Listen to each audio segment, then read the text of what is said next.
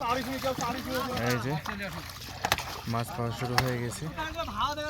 এখানকার মাছের সাইজ আর এই যে তাজা ইলিশ, এই যে এখনো নড়াচড়া করছে। নড়ছে না কে? হ্যাঁ, আসার খাইছে তো একটা এ মাত্র পাইলো, হয়তো মারা টারা গেছে। এর মধ্যে একটা ইলিশ ছিল যে, হ্যাঁ নারীটা আছে এই যে পদ্মা নদীর তাজা ইলিশ, এগুলো আরো বড় হবে না? এই যে আঘাত খাইছে তো এই জন্য নেজ নড়াচ্ছি হালকা ভাবে, মানে কিছুক্ষণের মধ্যে মারা যাবে হয়তো।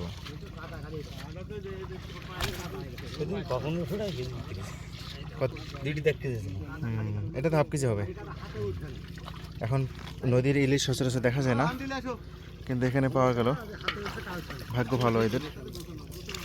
মাশাআল্লাহ মাশাআল্লাহ। থাক,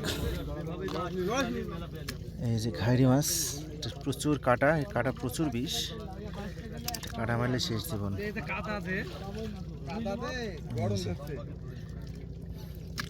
ইলিশ মাছটা সেই সুন্দর লাগছে।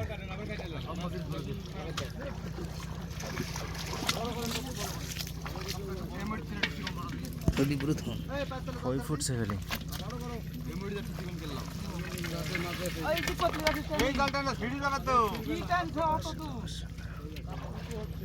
ভালো হয়েছে ভাই আজকে না ফিরোজ ভাই? পুঁটি তো আছে এর মধ্যে।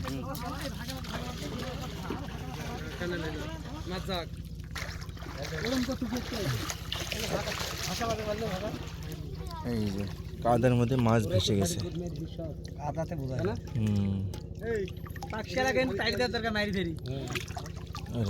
প্রচুর কাদা।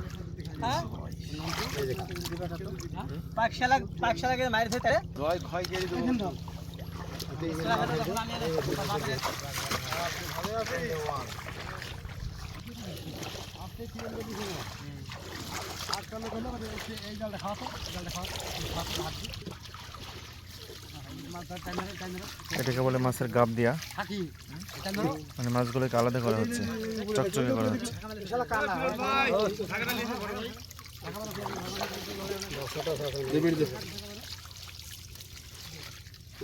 লাল এইদিকে লাও না, কি রে সব জিঠি কল হয়ে গেল, জিঠি কল, জিঠি কল আপনার মনে হয় যে কে রঙে তুলছে মাল এরকম ভাব। মেরা গেছি অনেক ঘাড়ি আছে,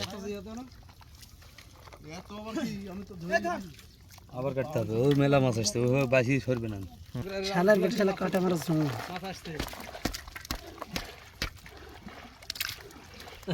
এর কাটা খাইলে তো একবারে শেষ হয়ে যায়।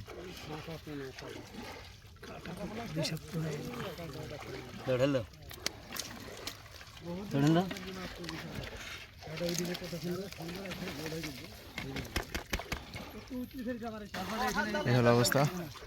তো ভালো লাগলে ভিডিওটা অবশ্যই শেয়ার করে দেবেন, মাস্ট বি প্লিজ শেয়ার করে দেবেন। থ্যাংক ইউ সবাইকে, আল্লাহ হাফিজ। বিস্তারিত ভিডিও ভ্লগে দেখতে পাবেন। এটা জাস্ট চুম্বক অংশ দেখালাম আপনাদেরকে।